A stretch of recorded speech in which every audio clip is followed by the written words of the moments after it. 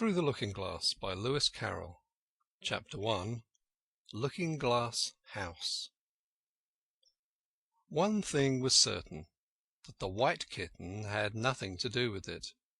It was the black kitten's fault entirely, for the white kitten had been having its face washed by the old cat for the last quarter of an hour, and bearing it pretty well considering, so you could see that it couldn't have had any hand in the mischief. The way Dinah washed her children's faces was this.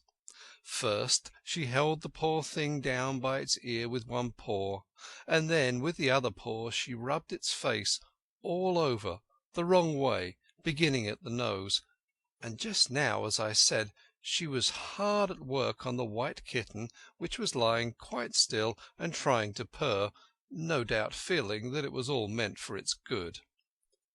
But the black kitten had been finished with earlier in the afternoon, and so, while Alice was sitting curled up in a corner of the great armchair, half talking to herself and half asleep, the kitten had been having a grand game of romps with the ball of worsted that Alice had been trying to wind up, and had been rolling it up and down till it had all come undone again, and there it was spread over the hearthrug, all knots and tangles, with the kitten running after its own tail in the middle.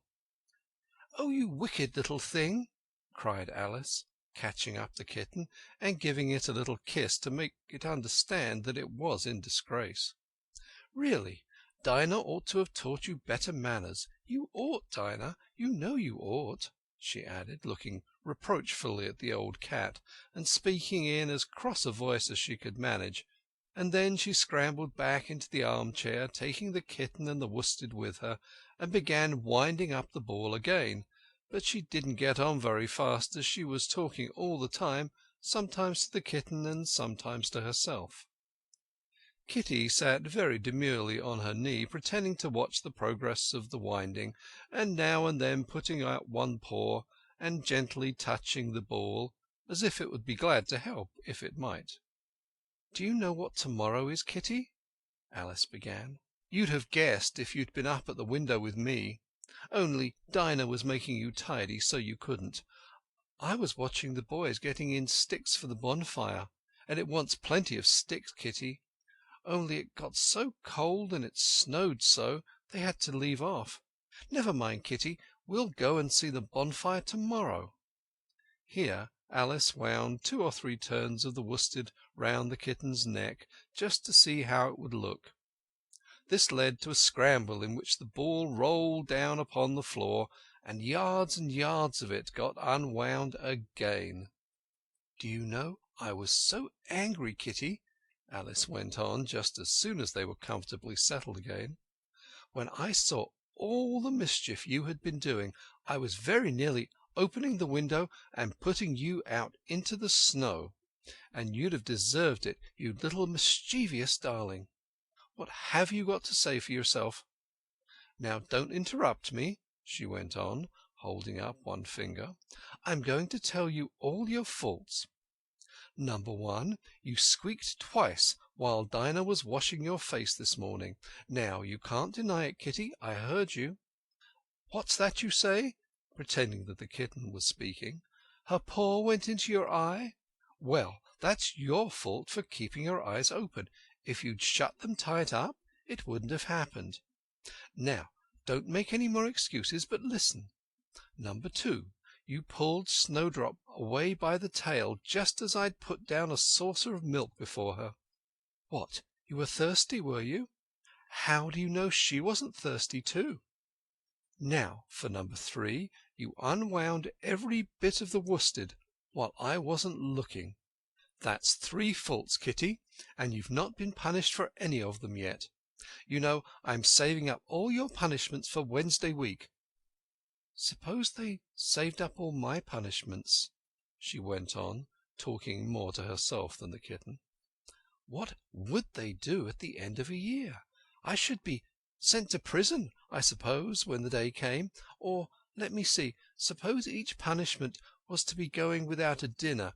Then, when the miserable day came, I should have to go without 50 dinners at once. Well, I shouldn't mind that much. I'd far rather go without them than eat them. Do you hear the snow against the window-panes, Kitty? How nice and soft it sounds, just as if someone was kissing the window all over outside. I wonder if the snow loves the trees and fields, that it kisses them so gently. And then it covers them up snug, you know, with a white quilt, and perhaps it says, 'Go to sleep, darlings, till the summer comes again.' And when they wake up in the summer, Kitty, they dress themselves all in green and dance about whenever the wind blows. Oh, that's very pretty!"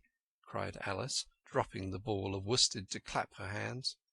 "And I do so wish it was true. I'm sure the woods look sleepy in the autumn when the leaves are getting brown.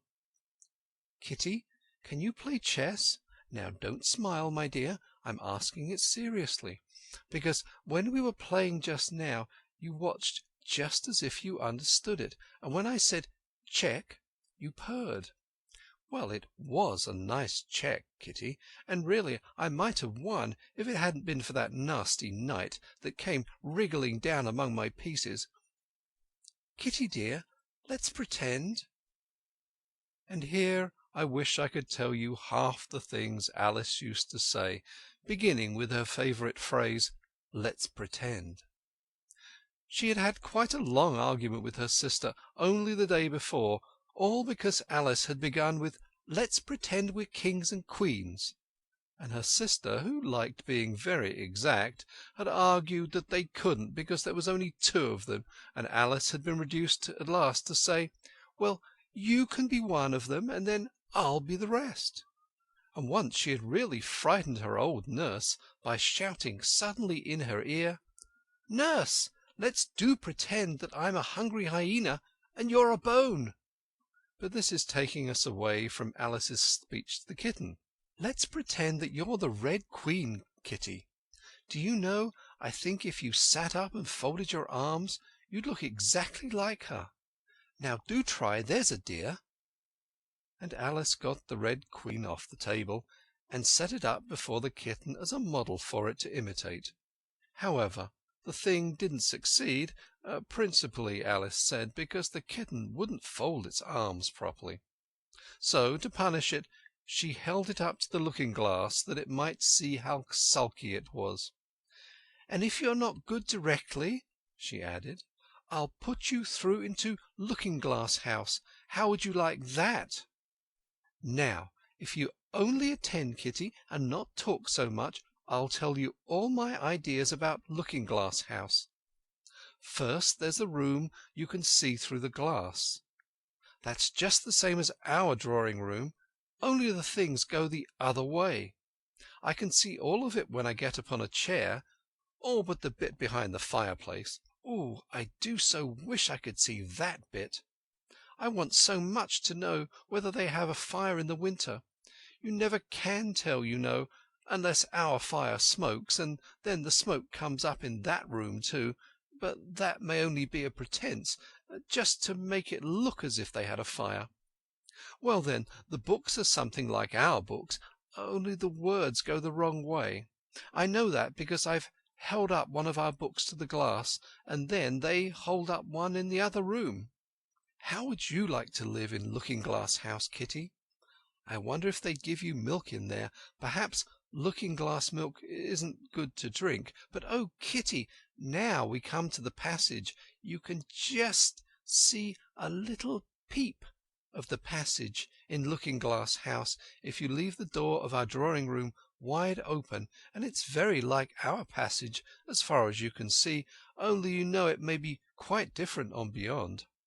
Oh, Kitty, how nice it would be if we could only go through into Looking-Glass House.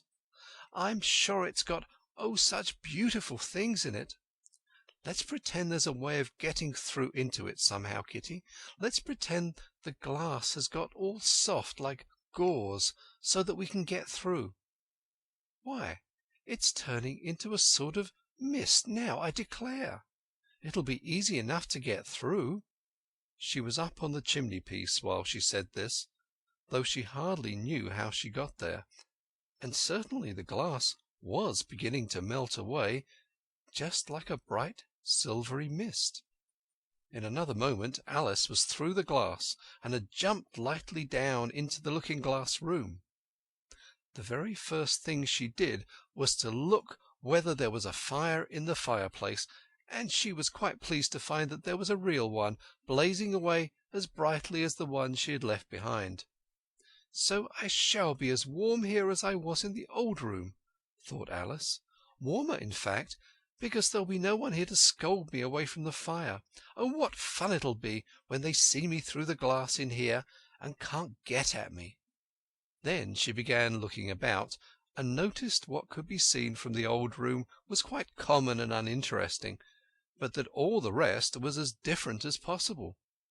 For instance, the pictures on the wall next to the fire seemed to be all alive, and the very clock in the chimney-piece—you know you can only see the back of it in the looking-glass—had got the face of a little old man, and grinned at her. "They don't keep this room so tidy as the other," Alice thought to herself, as she noticed several of the chessmen down in the hearth among the cinders. But in another moment, with a little "oh" of surprise, she was down on her hands and knees, watching them. The chessmen were walking about, 2 and 2. "Here are the Red King and the Red Queen," Alice said in a whisper for fear of frightening them. "And there are the White King and the White Queen sitting on the edge of the shovel. And there are 2 castles walking arm in arm. I don't think they can hear me," she went on, as she put her head closer down, "and I'm nearly sure they can't see me. I feel somehow as if I were invisible." Here something began squeaking on the table behind Alice, and made her turn her head just in time to see one of the white pawns roll over and begin kicking. She watched it with great curiosity to see what would happen next. "It's the voice of my child," the White Queen cried out as she rushed past the king so violently that she knocked him over among the cinders. "My precious Lily, my imperial kitten!" And she began scrambling wildly up the side of the fender. "Imperial fiddlestick!" said the king, rubbing his nose, which had been hurt by the fall. He had a right to be a little annoyed with the Queen, for he was covered with ashes from head to foot. Alice was very anxious to be of use, and as the poor little Lily was nearly half screaming herself into a fit, she hastily picked up the Queen and set her on the table by the side of her noisy little daughter. The Queen gasped and sat down. The rapid journey through the air had quite taken away her breath, and for a minute or two she could do nothing but hug the little Lily in silence. As soon as she had recovered her breath a little, she called out to the White King, who was sitting sulkily among the ashes, "Mind the volcano!" "What volcano?" said the king, looking up anxiously into the fire, as if he thought that it was the most likely place to find one. "Blew me up," panted the Queen, who was still a little out of breath. "Mind you come up the regular way. Don't get blown up." Alice watched the White King as he slowly struggled up from bar to bar, till at last she said, "Why, you'll be hours and hours getting up to the table at that rate. I'd far better help you, hadn't I?" But the king took no notice of the question. It was quite clear that he could neither hear her nor see her. So Alice picked him up very gently and lifted him across more slowly than she had lifted the Queen, that she mightn't take his breath away. But before she put him on the table she thought she might as well dust him a little, he was so covered with ashes.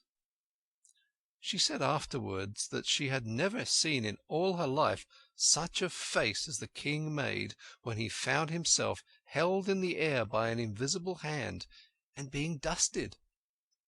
He was far too much astonished to cry out, but his eyes and his mouth went on getting larger and larger, and rounder, till her hand shook so with laughing that she nearly let him drop upon the floor.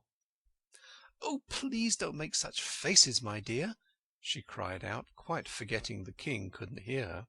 "You make me laugh so that I can hardly hold you, and don't keep your mouth so wide open. All the ashes will get into it.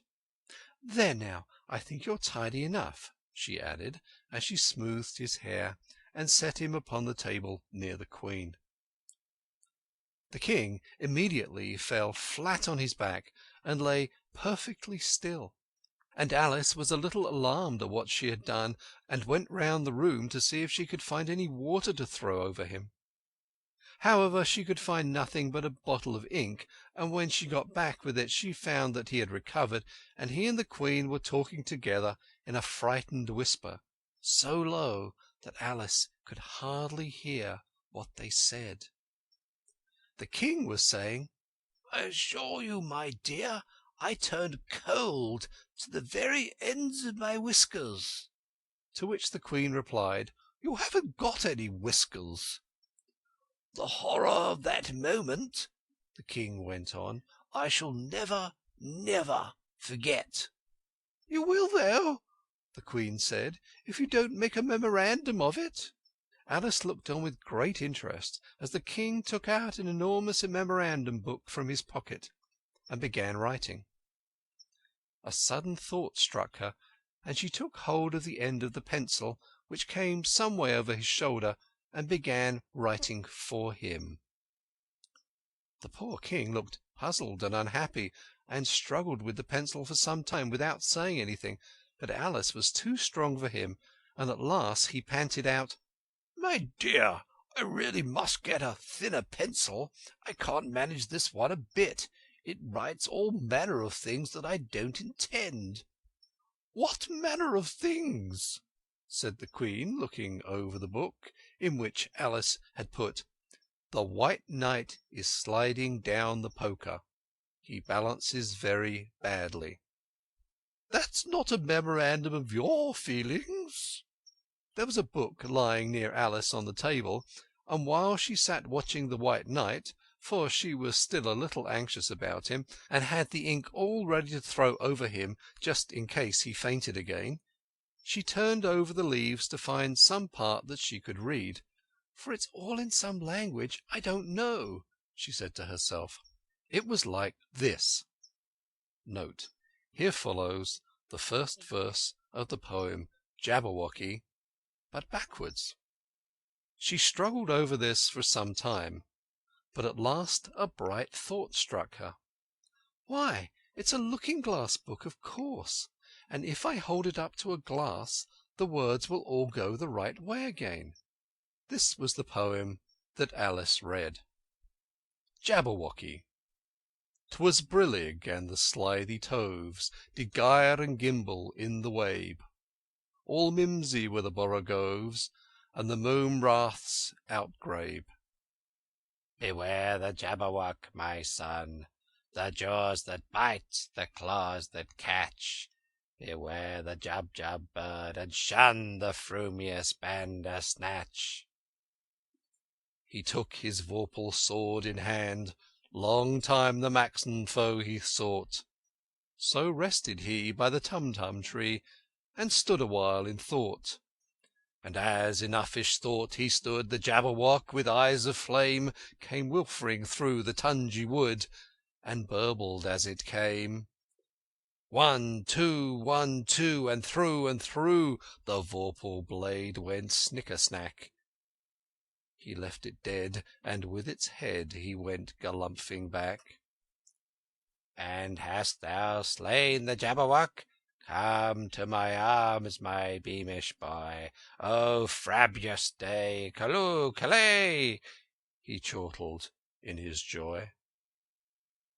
'Twas brillig, and the slithy toves did gyre and gimble in the wabe. All mimsy were the borogoves, and the mome raths outgrabe. "It seems very pretty," she said when she had finished it, "but it is rather hard to understand." You see, she didn't like to confess ever to herself that she couldn't make it out at all. "Sometimes it seems to fill my head with ideas, only I don't exactly know what they are. However, somebody killed something. That's clear at any rate. But oh, thought Alice, suddenly jumping up, if I don't make haste I shall have to go back through the looking-glass before I've seen what the rest of the house is like. Let's have a look at the garden first. She was out of the room in a moment, and ran downstairs, or at least it wasn't exactly running, but a new invention of hers for getting downstairs quickly and easily, as Alice said to herself. She just kept the tips of her fingers on the handrail and floated gently down without even touching the stairs with her feet. Then she floated on through the hall, and would have gone straight out the door in the same way if she hadn't caught hold of the door-post. She was getting a little giddy with so much floating in the air, and was rather glad to find herself walking again in the natural way. Chapter 2. The Garden of Live Flowers. "I should see the garden far better," said Alice to herself, "if I could get to the top of that hill. And here's a path that leads straight to it. At least, no, it doesn't do that." After going a few yards along the path and turning several sharp corners, "but I suppose it will at last. But how curiously it twists! It's more like a corkscrew than a path. Well, this turn goes to the hill, I suppose. No, it doesn't. It goes straight back to the house. Well, then, I'll try it the other way." And so she did, wandering up and down and trying turn after turn, but always coming back to the house, do what she would. Indeed, once, when she turned a corner rather more quickly than usual, she ran against it before she could stop herself. "It's no good talking about it," Alice said, looking up at the house and pretending it was arguing with her. "I'm not going in again. I know I should have to get through the looking-glass again, back into the old room, and there'd be an end of all my adventures."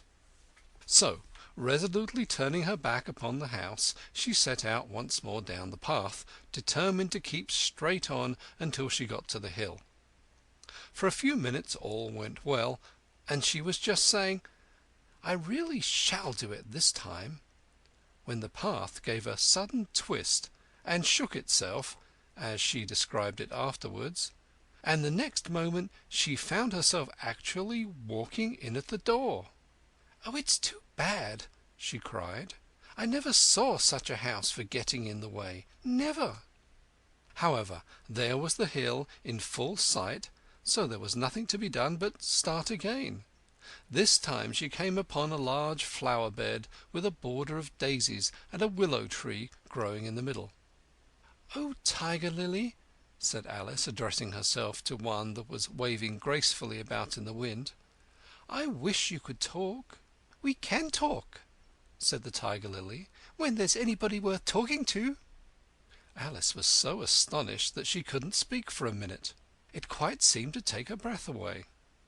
At length, as the Tiger-lily only went on waving about, she spoke again in a timid voice, almost a whisper. "And can all the flowers talk?" "As well as you can," said the Tiger-lily, "and a great deal louder." "It isn't manners for us to begin, you know," said the Rose, "and I really was wondering when you'd speak. Said I to myself, her face has got some sense in it, though it's not a clever one. Still, you are the right colour, and that goes a long way." "I don't care about colour," the Tiger-lily remarked. "If only her petals curled up a little more, she'd be all right."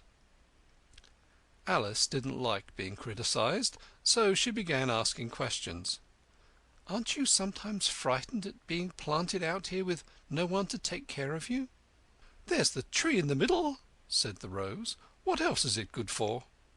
"But what could it do if any danger came?" Alice asked. "It says 'Bow wow,'" cried a daisy. "That's why its branches are called boughs." "Didn't you know that?" cried another daisy, and here they all began shouting together until the air seemed quite full of little shrill voices. "Silence, every one of you!" cried the Tiger-lily, waving itself passionately from side to side, and trembling with excitement. "They know I can't get at them," it panted, bending its quivering head towards Alice, "or they wouldn't dare to do it." "Never mind," Alice said in a soothing voice, and stooping down to the daisies, who were just beginning again, she whispered, "If you don't hold your tongues, I'll pick you." There was silence in a moment, and several of the pink daisies turned white. "That's right," said the tiger lily. "Daisies are worst of all. When one speaks, they all begin together, and it's enough to make one wither to hear the way they go on." "How is it you can all talk so nicely?" Alice said, hoping to get it into a better temper by a compliment. "I've been in many gardens before, but none of the flowers could talk." "Put your hand down and feel the ground," said the tiger lily. "Then you'll know why." Alice did so.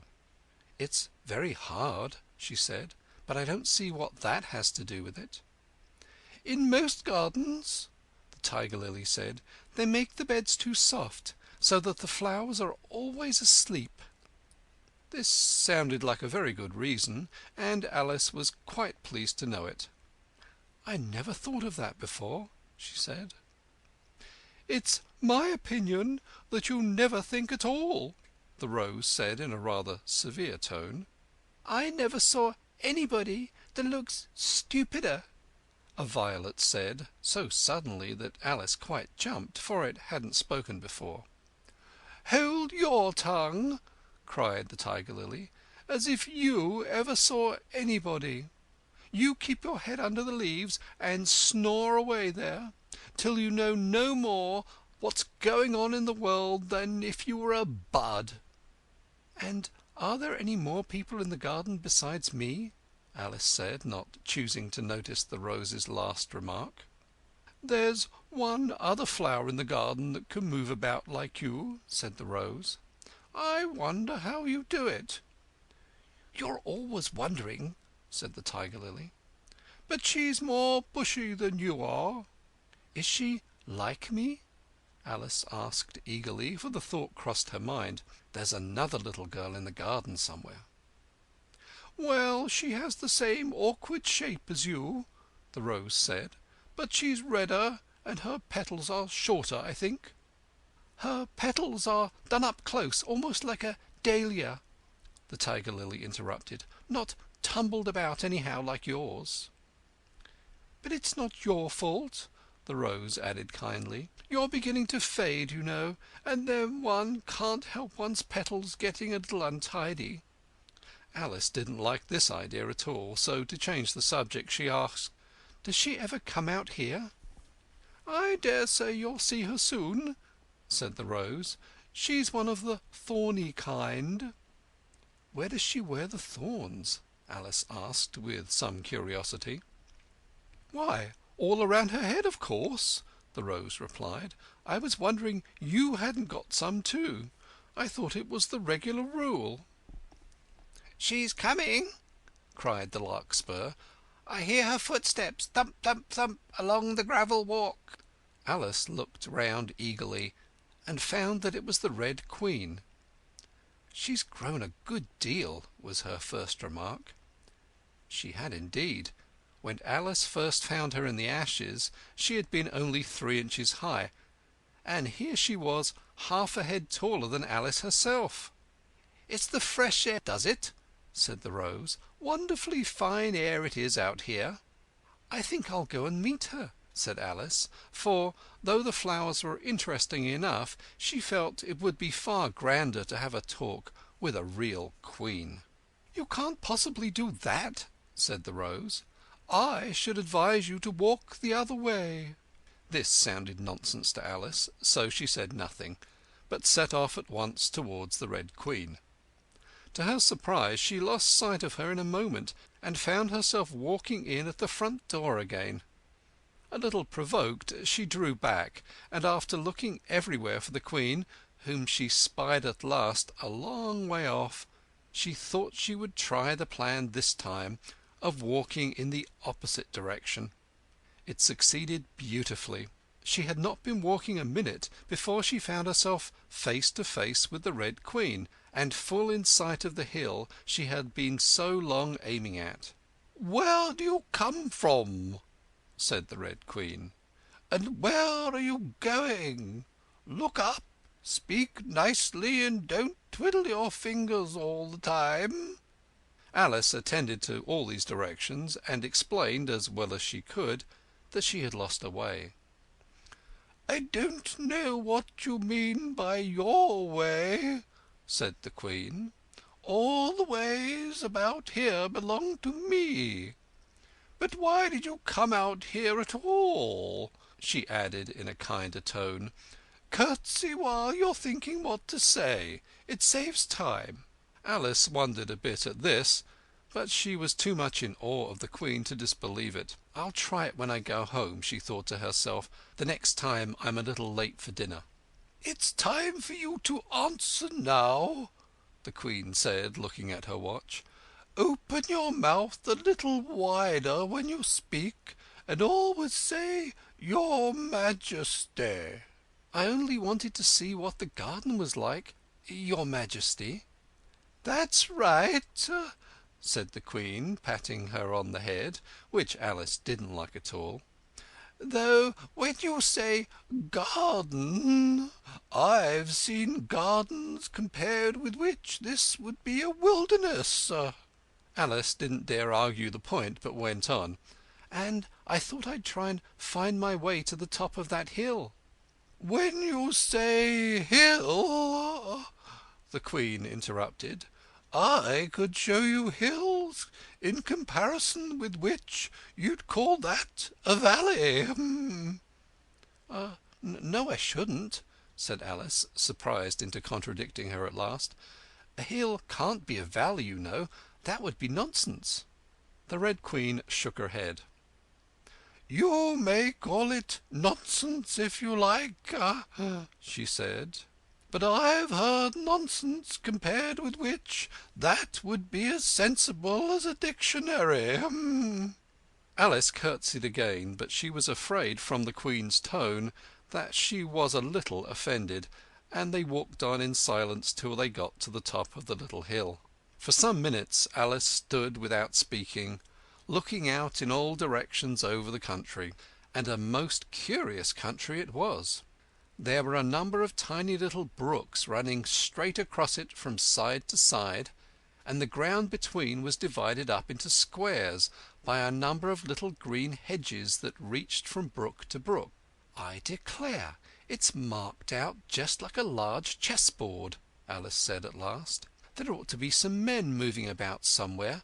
And so there are," she added in a tone of delight, and her heart began to beat quick with excitement as she went on. "It's a great huge game of chess that's being played all over the world, if this is the world at all, you know.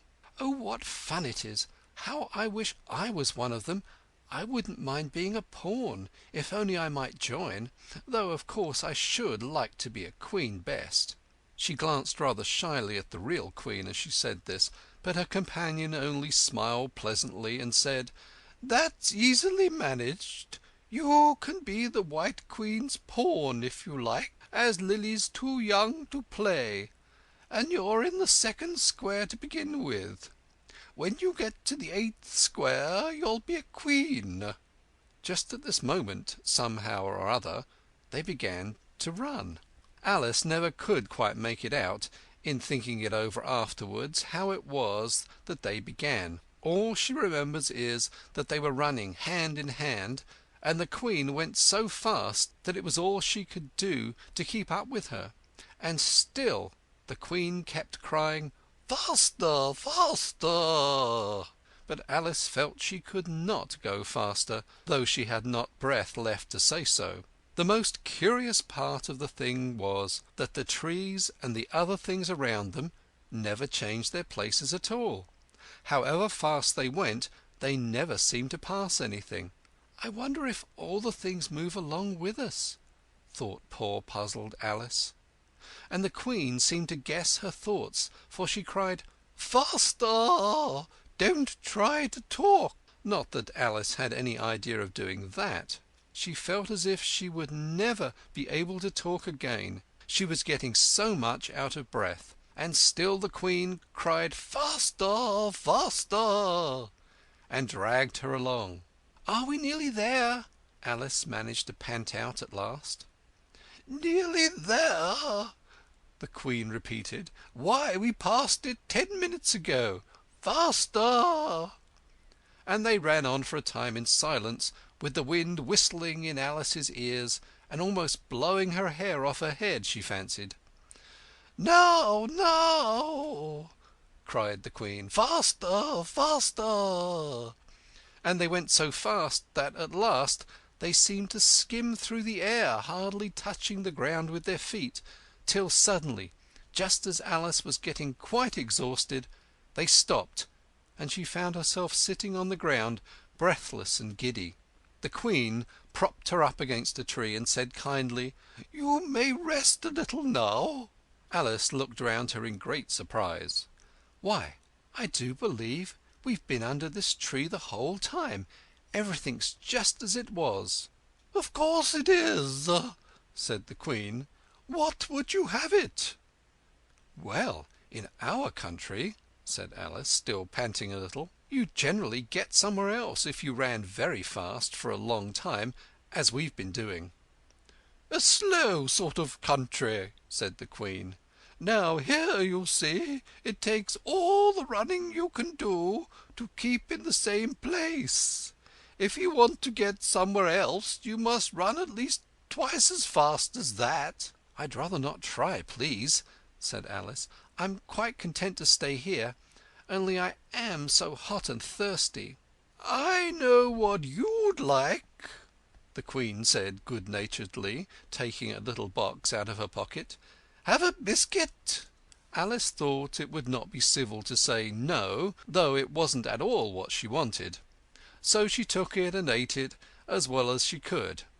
And it was very dry, and she thought she had never been so nearly choked in all her life. "While you're refreshing yourself," said the Queen, "I'll just take the measurements." And she took a ribbon out of her pocket, marked in inches, and began measuring the ground and sticking little pegs in here and there. "At the end of 2 yards," she said, putting in a peg to mark the distance, "I shall give you your directions. Have another biscuit?" "No, thank you," said Alice. "One's quite enough." "Thirst quenched, I hope," said the Queen. Alice did not know what to say to this, but luckily the Queen did not wait for an answer, but went on. "At the end of 3 yards I shall repeat them, for fear of your forgetting them. At the end of 4 I shall say good-bye. And at the end of 5 I shall go." She had got all the pegs put in by this time, and Alice looked on with great interest as she returned to the tree, and then began slowly walking down the row. At the 2-yard peg she faced round and said, "A pawn goes 2 squares in its first move, you know. So you'll go very quickly through the 3rd square, by railway, I should think. And then you'll find yourself in the 4th square in no time. Well, that square belongs to Tweedledum and Tweedledee. The 5th is mostly water. The 6th belongs to Humpty Dumpty.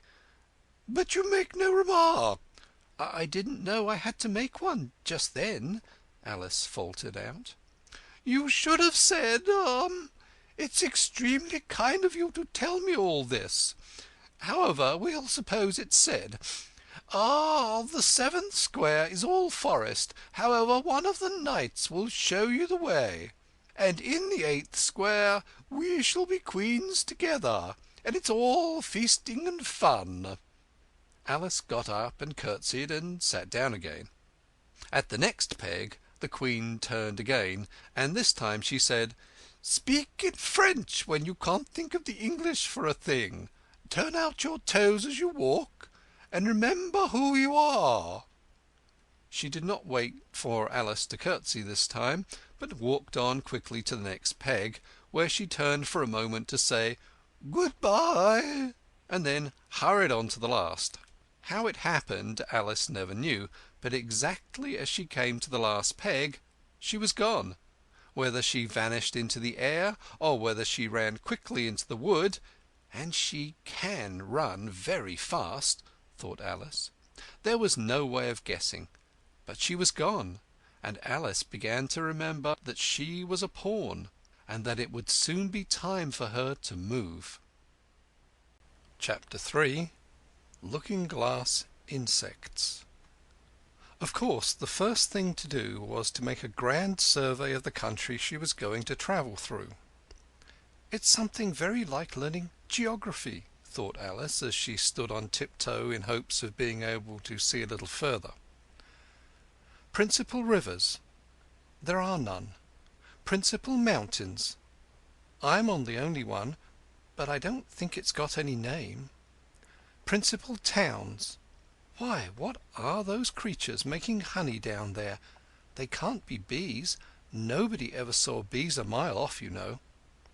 And for some time she stood silent, watching one of them that was bustling about among the flowers, poking its proboscis into them, just as if it was a regular bee, thought Alice. However, this was anything but a regular bee. In fact, it was an elephant, as Alice soon found out, though the idea quite took her breath away at first. What enormous flowers they must be, was her next idea. Something like cottages, with the roofs taken off, and stalks put to them, and what quantities of honey they must make. I think I'll go down and... No, I won't just yet, she went on, checking herself just as she was beginning to run down the hill, and trying to find some excuse for turning shy so suddenly. It'll never do to go down among them without a good long branch to brush them away, and what fun it'll be when they ask me how I like my walk.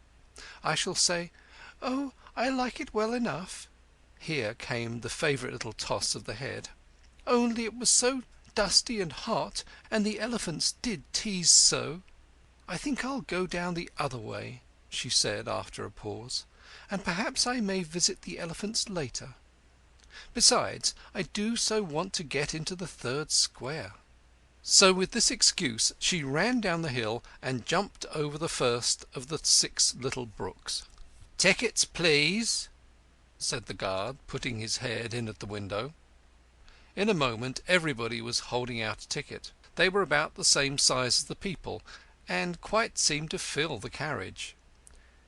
"Now then, show your ticket, child," the guard went on, looking angrily at Alice.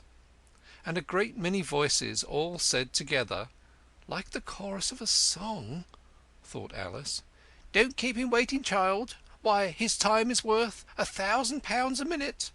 "I'm afraid I haven't got one," Alice said in a frightened tone.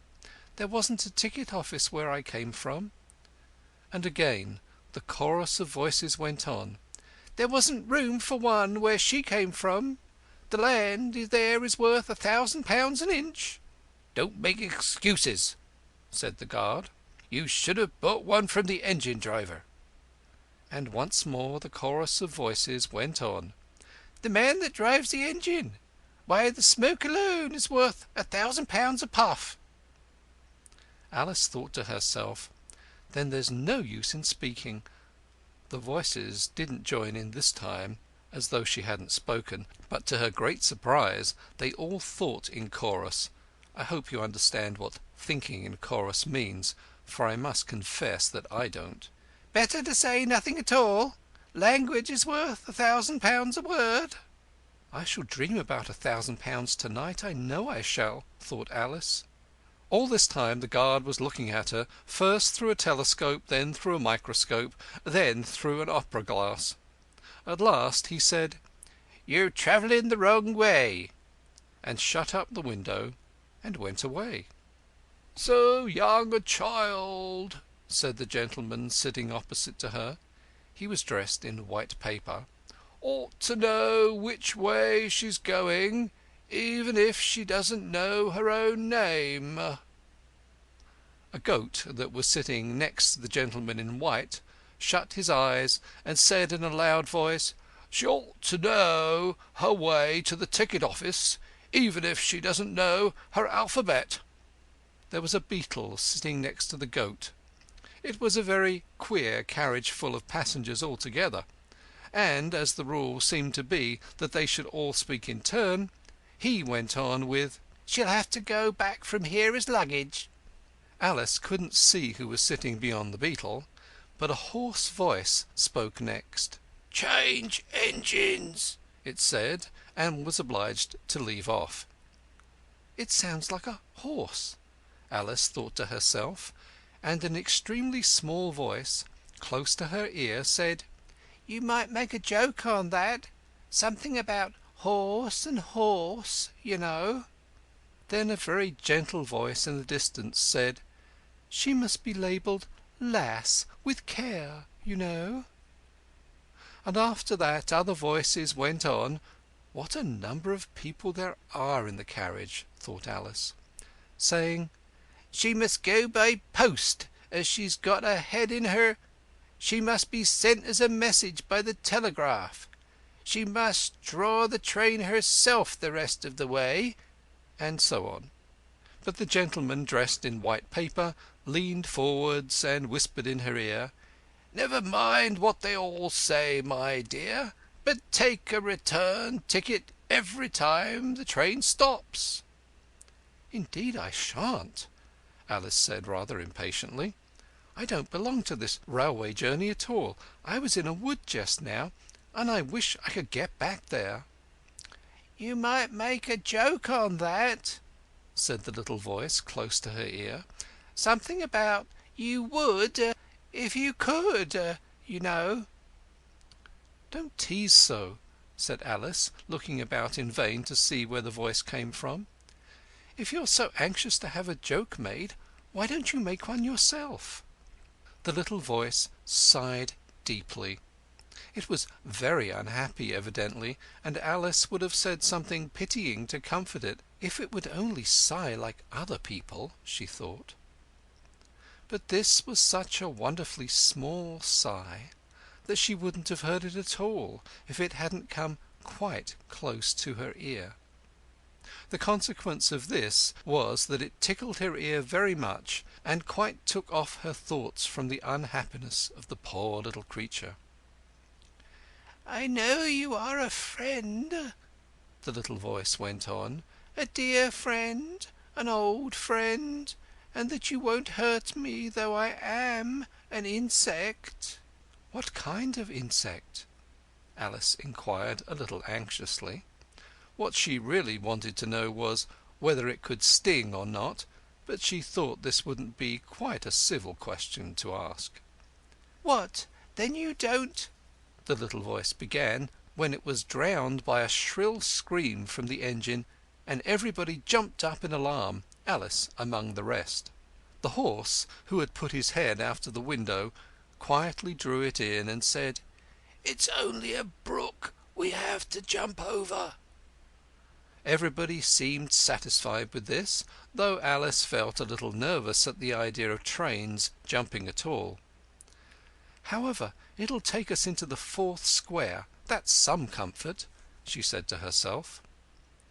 In another moment she felt the carriage rise straight up into the air, and in her fright she caught at the thing nearest to her hand, which happened to be the goat's beard. But the beard seemed to melt away as she touched it, and she found herself sitting quietly under a tree, while the gnat, for that was the insect she had been talking to, was balancing itself on a twig just over her head and fanning her with its wings. It was a very large gnat, about the size of a chicken, Alice thought. Still, she couldn't feel nervous with it after they had been talking together so long. "Then you don't like all insects?" the gnat went on as quietly as if nothing had happened. "I like them when they can talk," Alice said. "None of them ever talk where I come from." "What sort of insects do you rejoice in where you come from?" the gnat inquired. "I don't rejoice in insects at all," Alice explained, "because I'm rather afraid of them, at least the large kinds. but I can tell you the names of some of them." "Of course they answer to their names," the gnat remarked carelessly. "I've never known them to do it." "What's the use of their having names," the gnat said, "if they won't answer to them?" "No use to them," said Alice, "but it's useful to the people who name them, I suppose. If not, why do things have names at all?" "I can't say," the gnat replied. "Further on, in the wood down there, they've got no names. However, go on with your list of insects. You're wasting time." "Well, there's the horsefly," Alice began, counting off the names on her fingers. "All right," said the gnat. "Half-way up that bush you'll see a rocking horsefly if you look. It's made entirely of wood, and gets about by swinging itself from branch to branch." "What does it live on?" Alice asked with great curiosity. "Sap and sawdust," said the gnat. "Go on with the list." Alice looked up at the rocking horsefly with great interest, and made up her mind it must have been just repainted, it looked so bright and sticky. And then she went on. "And there's the dragonfly." "Look up on the branch above your head," said the gnat, "and there you'll find a snapdragon-fly. Its body is made of plum pudding, its wings of holly leaves, and its head is a raisin burning in brandy." "And what does it live on?" "Frumenty and mince pie," the gnat replied, "and it makes its nest in a Christmas box." "And then there's the butterfly," Alice went on, after she had taken a good look at the insect with its head on fire, and had thought to herself, "I wonder if that's the reason the insects are so fond of flying into candles, because they want to turn into snapdragon-flies." "Crawling at your feet," said the gnat. Alice drew her feet back in some alarm. "You may observe a bread and butterfly. Its wings are thin slices of bread and butter, its body is a crust, and its head is a lump of sugar." "What does it live on?" "Weak tea with cream in it." A new difficulty came into Alice's head. "Supposing it can't find any?" she suggested. "Then it would die, of course." "But that must happen very often," Alice remarked thoughtfully. "It always happens," said the gnat. After this Alice was silent for a minute or two, pondering. The gnat amused itself meanwhile by humming round and round her head. At last it settled again and remarked, "I suppose you don't want to lose your name?" "No, indeed," Alice said, a little anxiously. "And yet I don't know," the gnat went on in a careless tone. "Only think how convenient it would be if you could manage to go home without it. For instance, if the governess wanted to call you to your lessons, she would call out, 'Come here,' and there she would have to leave off, because there wouldn't be any name for her to call, and of course you wouldn't have to go, you know." "That would never do, I'm sure," said Alice. "The governess would never think of excusing me lessons for that. If she couldn't remember my name, she'd call me Miss, as the servants do." "Well, if she said Miss, and didn't say anything more," the gnat remarked, "of course you'd miss your lessons. That's a joke. I wish you had made it." "Why do you wish I had made it?" Alice asked. "It's a very bad one." But the gnat only sighed deeply, while 2 large tears came rolling down its cheeks. "You shouldn't make jokes," Alice said, "if it makes you so unhappy." Then came another of those melancholy little sighs, and this time the poor gnat really seemed to have sighed itself away, for when Alice looked up there was nothing whatever to be seen on the twig, and as she was getting quite chilly with sitting still so long, she got up and walked on. She very soon came to an open field with a wood on the other side of it. It looked much darker than the last wood, and Alice felt a little timid about going into it. However, on second thoughts, she made up her mind to go on, for I certainly won't go back, she thought to herself, and this was the only way to the 8th square. This must be the wood, she said thoughtfully to herself, where things have no names. I wonder what'll become of my name when I go in. I shouldn't like to lose it at all, because they'd have to give me another, and it would almost certain to be an ugly one. But then the fun would be trying to find the creature that had got my old name. That's just like the advertisements, you know, when people lose dogs. Answers to the name of Dash, had on a brass collar. Just fancy calling everything you met Alice until one of them answered. Only they wouldn't answer at all if they were wise. She was rambling on in this way when she reached the wood. It looked very cool and shady. "Well, at any rate, it's a great comfort," she said as she stepped under the trees, "after being so hot, to get into the—" "Into what?" she went on, rather surprised at not being able to think of the word. "I mean to get under this, you know," putting her hand on the trunk of the tree. "What does it call itself, I wonder? I do believe it's got no name. Why, to be sure it hasn't." She stood silent for a minute, thinking. Then suddenly she began again. "Then it really has happened after all. And now, who am I? I will remember if I can. I'm determined to do it." But being determined didn't help much, and all she could say, after a great deal of puzzling, was "L. I know it begins with L." Just then a fawn came wandering by. It looked at Alice with its large, gentle eyes, but didn't seem at all frightened. Here then, Alice said, as she held out her hand and tried to stroke it, but it only started back a little, and then stood looking at her again. "What did you call yourself?" the fawn said at last. Such a soft, sweet voice it had. "I wish I knew," thought poor Alice. She answered rather sadly, "Nothing just now." "Think again," it said. "That won't do." Alice thought, but nothing came of it. "Please, would you tell me what you call yourself?" she said timidly. "I think that might help a little." "I'll tell you if you move a little further on," the fawn said. "I can't remember here." So they walked on together through the wood, Alice with her arms clasped lovingly around the soft neck of the fawn, till they came out into another open field, and here the fawn gave a sudden bound into the air and shook itself free of Alice's arms.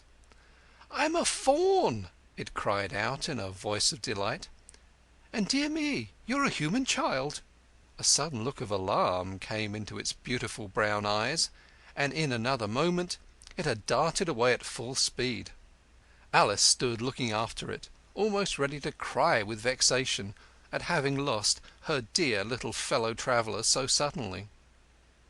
"However, I know my name now," she said. "That's some comfort. Alice, Alice. I won't forget it again. And now, which of these finger-posts ought I to follow, I wonder?" It was not a very difficult question to answer, as there was only one road through the wood, and the 2 finger-posts both pointed along it. "I'll settle it," Alice said to herself, "when the road divides and they point different ways." But this did not seem likely to happen. She went on and on a long way, but whenever the road divided there would be sure to be 2 finger-posts pointing the same way, one marked to Tweedledum's house, and the other to the house of Tweedledee. "I do believe," said Alice at last, "that they live in the same house. I wonder I never thought of that before. But I can't stay there long. I'll just call and say how d'ye do, and ask them the way out of the wood. If I could only get to the 8th square before it gets dark." So she wandered on, talking to herself as she went, till, on turning a sharp corner, she came upon 2 fat little men so suddenly that she could not help starting back. But in another moment she recovered herself, feeling sure that they must be... Chapter 3. Tweedledum and Tweedledee. They were standing under a tree, each with an arm around the other's neck, and Alice knew which was which in a moment, because one of them had "Dumb" embroidered on his collar, and the other "D." "I suppose they've each got Tweedle round at the back of the collar," she said to herself. They stood so still that she quite forgot they were alive, and she was just looking round to see if the word Tweedle was written at the back of each collar, when she was startled by a voice coming from the one marked "Dumb." "If you think we're waxworks," he said, "you ought to pay, you know. Waxworks weren't made to be looked at for nothing, nohow. Contrariwise," added the one marked "D," "if you think we're alive, you ought to speak."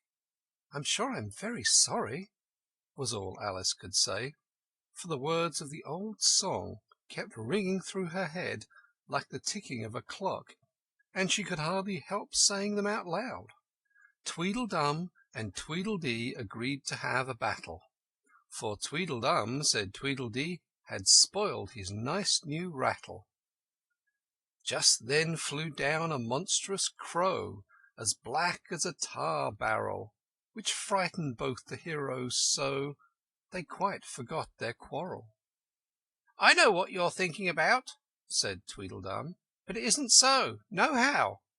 Contrariwise," continued Tweedledee, "if it was so, it might be, and if it were so, it would be. But as it isn't, it ain't. That's logic." "I was thinking," Alice said very politely, "which is the best way out of the wood? It's getting so dark. Would you tell me, please?" But the little men only looked at each other and grinned. They looked so exactly like a couple of great schoolboys that Alice couldn't help pointing her finger at Tweedledum and saying, "First boy." "Nohow!" Tweedledum cried out briskly, and shut his mouth up again with a snap. "Next boy," said Alice, passing on to Tweedledee, though she felt quite certain that he would only shout out "Contrariwise," and so he did. "You've been wrong," cried Tweedledum. "The first thing in a visit is to say 'How d'ye do?' and shake hands." And here the two brothers gave each other a hug, and then they held out the two hands that were free to shake hands with her. Alice did not like shaking hands with either of them first, for fear of hurting the other one's feelings. So, as the best way out of the difficulty, she took hold of both hands at once. The next moment they were dancing round in a ring. This seemed quite natural, she remembered afterwards, and she was not even surprised to hear music playing. It seemed to come from the tree under which they were dancing, and it was done, as well as she could make it out, by the branches rubbing one across the other like fiddles and fiddlesticks. "But it certainly was funny," Alice said afterwards, when she was telling her sister the history of all this, "to find myself singing 'Here we go round the mulberry bush.' I don't know when I began it, but somehow I felt as if I'd been singing it a long, long time."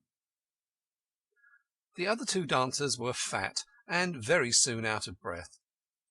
"4 times round is enough for one dance," Tweedledum panted out, and they left off dancing as suddenly as they had begun. The music stopped at the same moment. Then they let go of Alice's hands, and stood looking at her for a minute. There was rather an awkward pause, as Alice didn't know how to begin a conversation with people she had just been dancing with. "It would never do to say 'How do you do' now," she said to herself. "We seem to have got beyond that somehow." "I hope you're not much tired," she said at last. "Nohow, and thank you very much for asking," said Tweedledum. "So much obliged," added Tweedledee. "You like poetry?" "Yes, pretty much some poetry," said Alice doubtfully. "Would you tell me which road leads out of the wood?" "What shall I repeat to her?" said Tweedledee, looking round at Tweedledum with great solemn eyes and not noticing Alice's question. "The Walrus and the Carpenter is the longest," Tweedledum replied, giving his brother an affectionate hug. Tweedledee began instantly. "The sun was shining." Here Alice ventured to interrupt him. "If it's very long," she said as politely as she could, "would you please tell me first which road?" Tweedledum smiled gently and began again. "The sun was shining on the sea, shining with all his might. He did his very best to make the billows smooth and bright. And this was odd, because it was the middle of the night. The moon was shining sulkily, because she thought the sun had got no business to be there after the day was done. It's very rude of him, she said, to come and spoil the fun. The sea was wet as wet could be, the sands were dry as dry. You could not see a cloud because no cloud was in the sky. No birds were flying overhead, there were no birds to fly. The Walrus and the Carpenter were walking close at hand. They wept like anything to see such quantities of sand. If this were only cleared away, they said, it would be grand. If 7 maids with 7 mops swept it for half a year, do you suppose, the Walrus said, that they could get it clear? I doubt it, said the Carpenter, and shed a bitter tear. Oh, oysters, come and walk with us, the Walrus did beseech. A pleasant walk, a pleasant talk, along the briny beach. We cannot do with more than 4 to give a hand to each. The eldest oyster looked at him, but never a word he said.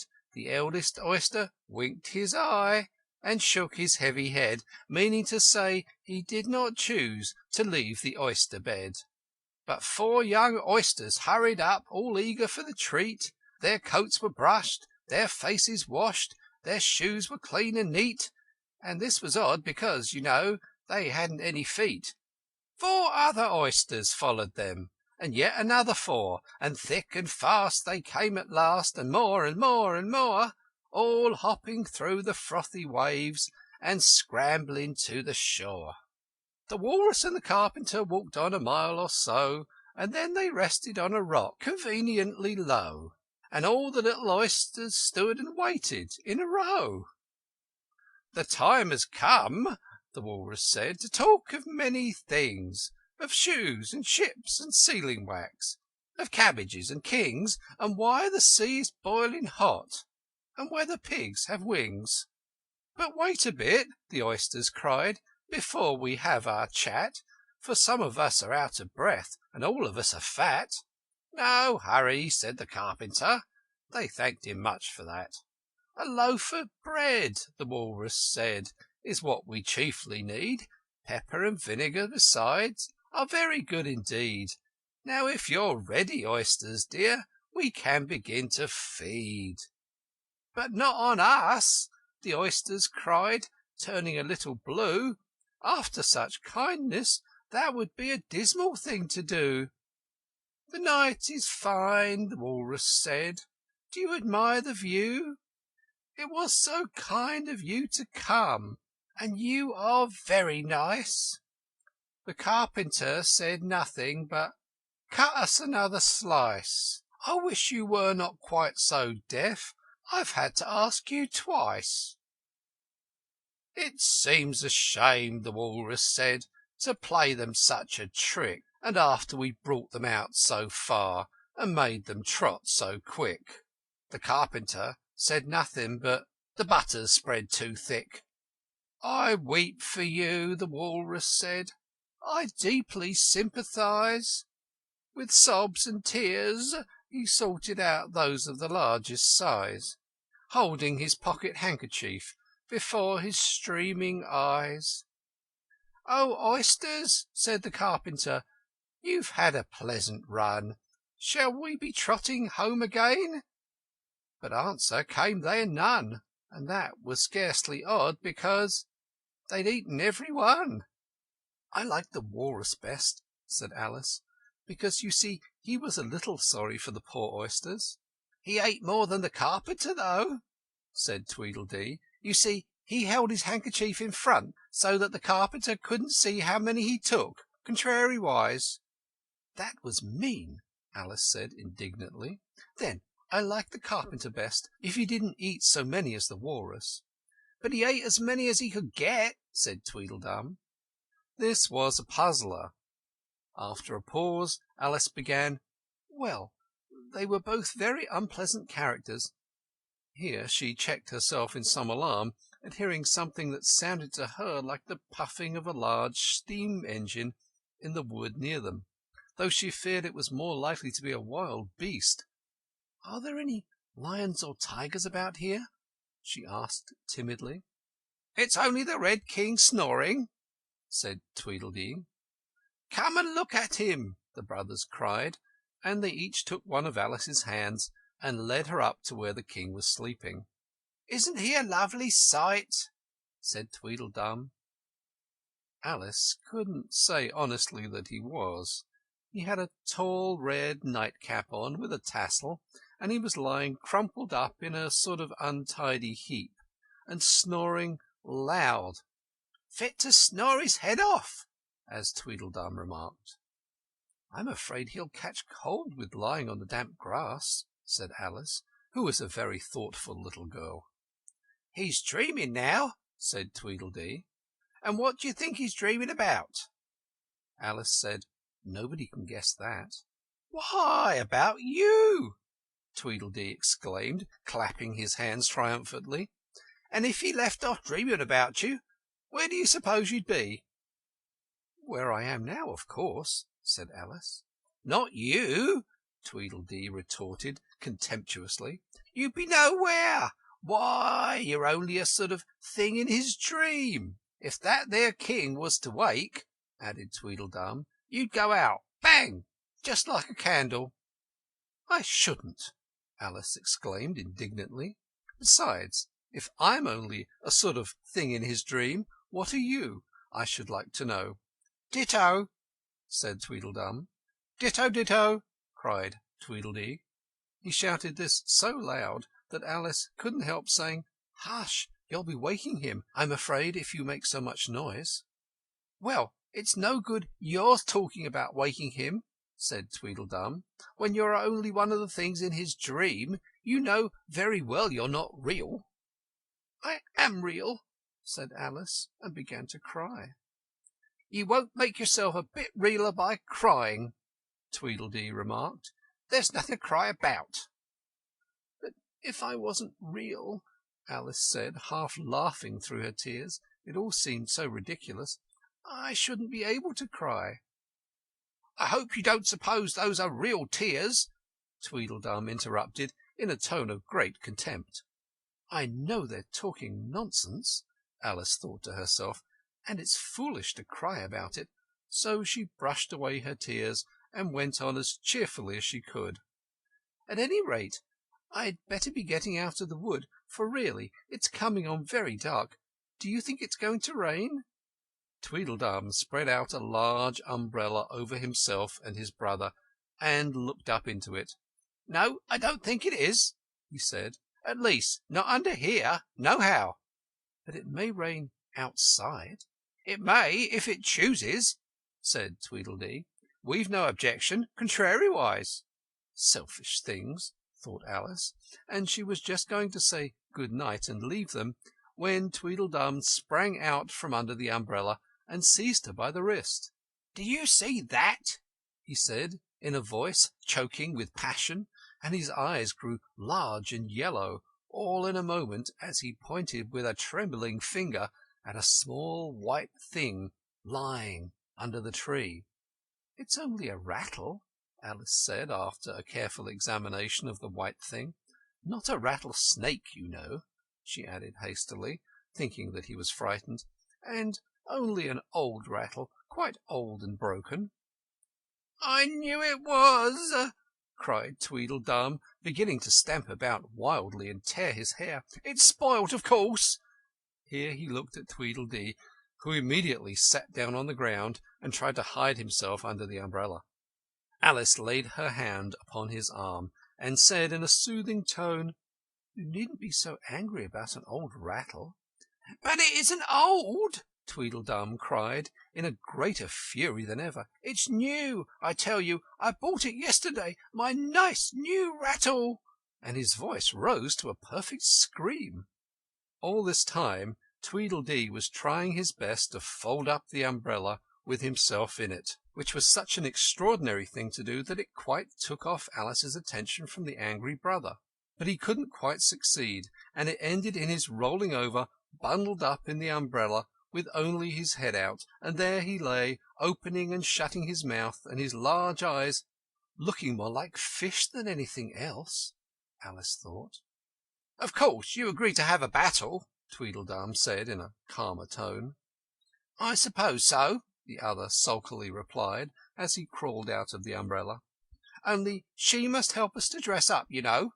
So the two brothers went off hand in hand into the wood, and returned in a minute with their arms full of things such as bolsters, blankets, hearthrugs, tablecloths, dish covers, and coal scuttles. I hope you're a good hand at pinning and tying strings, Tweedledum remarked. Every one of these things has to go on, somehow or other. Alice said afterwards that she had never seen such a fuss made about anything in all her life, the way those two bustled about, and the quantity of things they put on, and the trouble they gave her in tying strings and fastening buttons.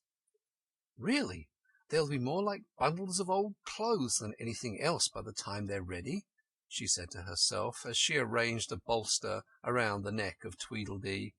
To keep his head from being cut off, as he said. You know, he added very gravely, it's one of the most serious things that can possibly happen to one in a battle, to get one's head cut off. Alice laughed aloud, but she managed to turn it into a cough for fear of hurting his feelings. Do I look very pale? Said Tweedledum, coming up to have his helmet tied on. He called a helmet, though it certainly looked much more like a saucepan. Well, yes, a little, Alice replied gently. I'm very brave generally, he went on in a low voice. Only to-day I happen to have a headache.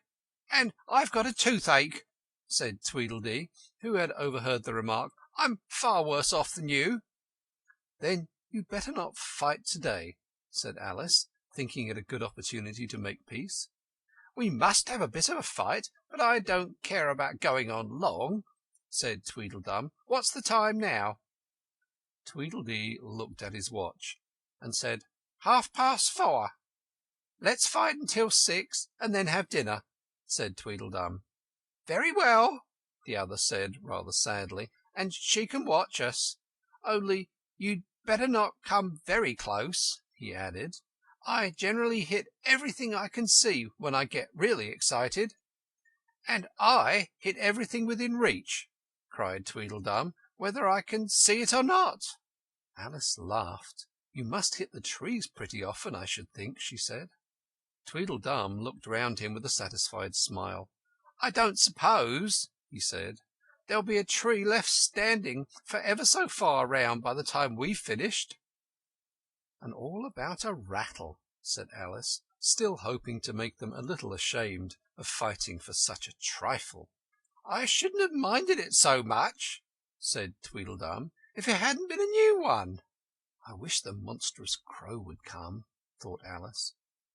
There's only one sword, you know, Tweedledum said to his brother, but you can have the umbrella. It's quite as sharp. Only we must be quick. It's getting as dark as it can. And darker, said Tweedledee. It was getting dark so suddenly that Alice thought there must be a thunderstorm coming on. What a thick black cloud that is, she said, and how fast it comes. Why, I do believe it's got wings. It's the crow! Tweedledum cried out in a shrill voice of alarm, and the two brothers took to their heels and were out of sight in a moment. Alice ran a little way into the wood and stopped under a large tree. It can never get at me here, she thought. It's far too large to squeeze itself in among the trees. But I wish it wouldn't flap its wings so. It makes quite a hurricane in the wood. Here's somebody's shawl being blown away. Chapter 5. Wool and Water. She caught the shawl as she spoke, and looked about for the owner. In another moment the White Queen came running wildly through the wood, with both arms stretched out wide, as if she were flying, and Alice, very civilly, went to meet her with the shawl. "I'm very glad I happened to be in the way," Alice said, as she helped her to put on her shawl again. The White Queen only looked at her in a helpless, frightened sort of way, and kept repeating something in a whisper to herself that sounded like "bread and butter, bread and butter." And Alice felt that if there was to be any conversation at all, she must manage it herself. But she began rather timidly. "Am I addressing the White Queen?" "Well, yes, if you call that addressing," the Queen said. "It isn't my notion of the thing at all." Alice thought it would never do to have an argument at the very beginning of their conversation, so she smiled and said, "If your Majesty will only tell me the right way to begin, I'll do it as well as I can." "But I don't want it done at all," groaned the poor Queen. "I've been addressing myself for the last 2 hours." It would have been all the better, as it seemed to Alice, if she had got somebody else to dress her. She was so dreadfully untidy. "Every single thing's crooked," Alice thought to herself, "and she's all over pins. May I put your shawl straight for you?"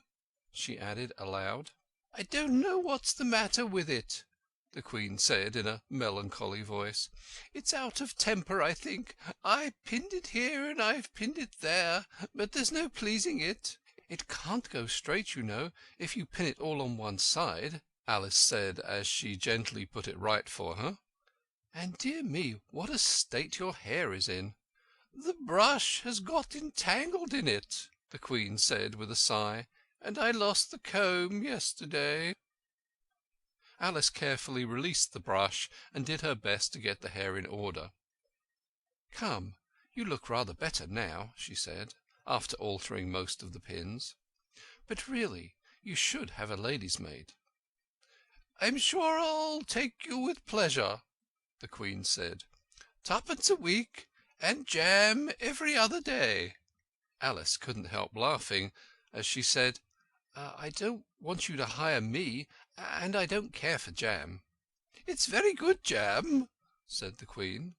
"Well, I don't want it to-day, at any rate." "Oh, you couldn't have it if you did want it," the Queen said. "The rule is jam tomorrow and jam yesterday, but never jam today." "It must come sometimes to jam today," Alice objected. "No, it can't," said the Queen. "It's jam every other day. Today isn't any other day, you know." "I don't understand you," said Alice. "It's dreadfully confusing." "That's the effect of living backwards," the Queen said kindly. "It always makes one a little giddy at first." "Living backwards?" Alice repeated in great astonishment. "I never heard of such a thing." "But there's one great advantage in it. One's memory works both ways." "I'm sure mine only works one way," Alice remarked. "I can't remember things before they happen." "It's a poor sort of memory that only works backwards," the Queen remarked. "What sort of things do you remember best?" Alice ventured to ask. "Oh, things that happened the week after next," the Queen replied in a careless tone. "For instance, now," she went on, sticking a large piece of plaster on her finger as she spoke, "there's the King's messenger. He's in prison now, being punished, and the trial doesn't even begin till next Wednesday. And, of course, the crime comes last of all." "Suppose he never commits a crime?" said Alice. "That would be all the better, wouldn't it?" the Queen said as she bound the plaster round her finger with a bit of ribbon. Alice felt that there was no denying that. "Of course, it would be all the better," she said, "but it wouldn't be all the better his being punished." "You're wrong there, at any rate," said the Queen. "Were you ever punished?" "Only for faults," said Alice. "And you were all the better for it, I know," the Queen said triumphantly. "Yes, but then I had done the things I was punished for," said Alice, "and that makes all the difference." "But if you hadn't done them," the Queen said, "that would have been better still. Better and better and better." Her voice went higher with each "better" till it got quite to a squeak at last. Alice was just beginning to say, "There's a mistake somewhere," when the Queen began screaming so loud that she had to leave the sentence unfinished. "Oh, oh, oh!" shouted the Queen, shaking her hand about as if she wanted to shake it off. "My finger's bleeding. Oh, oh, oh, oh!" Her screams were so exactly like the whistle of a steam engine that Alice had to hold her hands over her ears. "What is the matter?" she said, as soon as there was a chance of making herself heard. "Have you pricked your finger?" "I haven't pricked it yet," the Queen said, "but I soon shall. Oh, oh, oh!" "When do you expect to do it?" Alice asked, feeling very much inclined to laugh. "When I fasten my shawl again," the poor Queen groaned out. "The brooch will come undone directly. Oh, oh!" And as she said the words, the brooch flew open, and the Queen clutched wildly at it and tried to clasp it again. "Take care," said Alice. "You're holding it all crooked." And she caught at the brooch, but it was too late. The pin had slipped, and the Queen had pricked her finger. "That accounts for the bleeding, you see," she said to Alice with a smile. "Now you understand the way things happen here." "But why don't you scream now?" Alice asked, holding her hands ready to put over her ears again. "Why, I've done all the screaming already," said the Queen. "What would be the good of having it all over again?" By this time it was getting light. "The crow must have flown away, I think," said Alice. "I'm so glad it's gone. I thought it was the night coming on." "I wish I could manage to be glad," the Queen said. "Only I never can remember the rule. You must be very happy living in this wood and being glad whenever you like." "Only it is very lonely here," Alice said in a melancholy voice, and at the thought of her loneliness 2 large tears came rolling down her cheeks. "Oh, don't go on like that!" cried the poor Queen, wringing her hands in despair. "Consider what a great girl you are. Consider what a long way you've come to-day. Consider what o'clock it is. Consider anything. Only don't cry." Alice could not help laughing at this, even in the midst of her tears. "Can you keep from crying by considering things?" she asked. "That's the way it's done," the Queen said with great decision. "Nobody can do 2 things at once, you know. Let's consider your age to begin with. How old are you?" "I'm 7½ exactly." "You needn't say exactly," the Queen remarked. "I can believe it without that. Now I'll give you something to believe.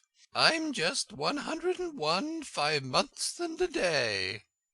"I can't believe that," said Alice. "Can't you?" the Queen said in a pitying tone. "Try again. Draw a long breath and shut your eyes." Alice laughed. "There's no use trying," she said. "One can't believe impossible things." "Oh, I dare say you haven't had much practice," said the Queen. "When I was your age I always did it for half an hour a day. Why, sometimes I've believed as many as 6 impossible things before breakfast. There goes the shawl again." The brooch had come undone as she spoke, and a sudden gust of wind blew the Queen's shawl across a little brook. The Queen spread out her arms again and went flying after it, and this time she succeeded in catching it herself. "I've got it!" she cried in a triumphant tone. "Now you shall see me pin it on again all by myself." "Then I hope your finger is better now," Alice said very politely, as she crossed the little brook after the Queen. "Oh, much better!" cried the Queen, her voice rising to a squeak as she went on. "Much better, better, better, better." The last word ended in a long bleat, so like a sheep that Alice quite started. She looked at the Queen, who seemed to have suddenly wrapped herself up in wool. Alice rubbed her eyes and looked again. She couldn't make out what had happened at all. Was she in a shop? And was that really a sheep that was sitting on the other side of the counter? Rub as she could make nothing more of it. She was in a little dark shop, leaning with her elbows on the counter, and opposite to her was an old sheep, sitting in an armchair, knitting, and every now and then leaving off to look at her through a great pair of spectacles. "What is it that you want to buy?" The sheep said at last, looking up for a moment from her knitting. I don't quite know yet," Alice said very gently. "I should like to look all around me first, if I might." "You may look in front of you, and on both sides, if you like," said the sheep, "but you can't look all around you unless you've got eyes in the back of your head." But these, as it happened, Alice had not got, so she contented herself with turning around, looking at the shelves as she came to them. The shop seemed to be full of all manner of curious things, but the oddest part of it all was that whenever she looked hard at any shelf to make out exactly what it had on it, that particular shelf was always quite empty, though the others round it were as crowded as full as they could hold. "Things flow about so here," she said at last in a plaintive tone, after she had spent a minute or so in vainly pursuing a large bright thing that looked sometimes like a doll and sometimes like a work-box, and was always in the shelf next above the one she was looking at. "And this one is the most provoking of all. But I'll tell you what," she added, as a sudden thought struck her, "I'll follow it up to the very top shelf of all. It'll puzzle it to go through the ceiling, I expect." But even this plan failed. The thing went through the ceiling as quietly as possible, as if it were quite used to it. "Are you a child or a teetotum?" the sheep said as she took up another pair of needles. "You'll make me giddy soon if you go on turning round like that." She was now working with 14 pairs at once, and Alice couldn't help looking at her in great astonishment. How can she knit with so many? The puzzled child thought to herself. She gets more and more like a porcupine every minute. "Can you row?" the sheep asked, handing her a pair of knitting needles as she spoke. "Yes, a little, but not on land, and not with needles," Alice was beginning to say, when suddenly the needles turned into oars in her hands, and she found they were in a little boat, gliding along between banks. So there was nothing for it but to do her best. "Feather!" cried the sheep, as she took up another pair of needles. This didn't sound like a remark that needed any answer, so Alice said nothing, but pulled away. There was something very queer about the water, she thought, as every now and then the oars got fast in it and would hardly come out again. "Feather! Feather!" the sheep cried again, taking more needles. "You'll be catching a crab directly." "A dear little crab," thought Alice. "I should like that." "Did you hear me say feather?" the sheep cried angrily, taking up quite a bunch of needles. Indeed I did," said Alice. "You've said it very often, and very loud. But please, where are the crabs?" "In the water, of course," said the sheep, sticking some of the needles into her hair, as her hands were very full. "Feather, I say." "Why do you say feather so often?" Alice asked at last, rather vexed. "I'm not a bird." "You are," said the sheep. "You're a little goose."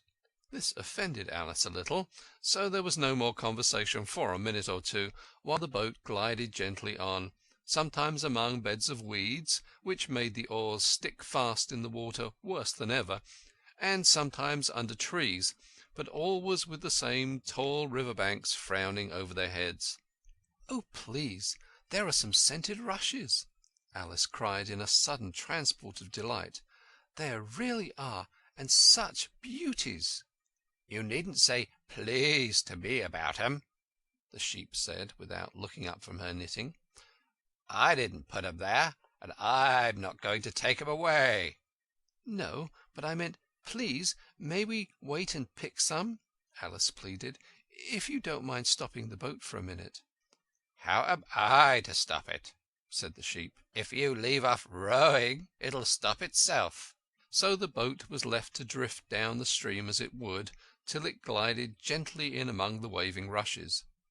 And then the little sleeves were carefully rolled up, and the little arms were plunged in elbow deep to get the rushes a good long way down before breaking them off, and for a while Alice forgot all about the sheep and the knitting, and she bent over the side of the boat, with just the ends of her tangled hair dipping into the water, while with bright eager eyes she caught at one bunch after another of the darling scented rushes. "I only hope the boat won't tipple over," she said to herself. "Oh, what a lovely one! Only I couldn't quite reach it, and it certainly did seem a little provoking, almost as if it happened on purpose," she thought, that though she managed to pick plenty of beautiful rushes as the boat glided by, there was always a more lovely one that she couldn't reach. "The prettiest are always further," she said at last, with a sigh at the obstinacy of those rushes in growing so far off, as with flushed cheeks and dripping hair and hands she scrambled back into her place and began to arrange her new-found treasures. What mattered it to her just then that the rushes had begun to fade and lose all their scent and beauty from the very moment she had picked them? Even real scented rushes, you know, last only a very little while, and these, being dream rushes, melted away almost like snow as they lay in heaps at her feet. But Alice hardly noticed this. There were so many other curious things to look about. They hadn't got much further before the blade of one of the oars got fast in the water and wouldn't come out again, so Alice explained it afterwards, and the consequence of this was that the handle of it caught her under the chin, and in spite of a series of little shrieks of "Oh, oh, oh!" from poor Alice, it swept her straight off the seat and down among the heaps of rushes. However, she wasn't hurt, and was soon up again. The Sheep went on with her knitting all the while, just as if nothing had happened. "That was a nice crab you caught," she remarked as Alice got back into her place, very much relieved to find herself still in the boat. "Was it? I didn't see it," said Alice, peeping cautiously over the side of the boat into the dark water. "I wish I hadn't let it go. I should so like to see a little crab to take home with me." But the Sheep only laughed scornfully and went on with her knitting. "Are there many crabs here?" said Alice. "Crabs and all sorts of things," said the Sheep. "Plenty of choice. Only make up your mind. Now, what do you want to buy?" "To buy?" Alice echoed in a tone that was half astonished and half frightened, for the oars and the boat and the river had vanished in a moment, and she was back again in the little dark shop. "I should like to buy an egg, please," she said timidly. "How do you sell them?" "Fivepence farthing for one, twopence for two," the Sheep replied. "Then two are cheaper than one," Alice said in a surprised tone, taking out her purse. "Only you must eat them both if you buy two," said the Sheep.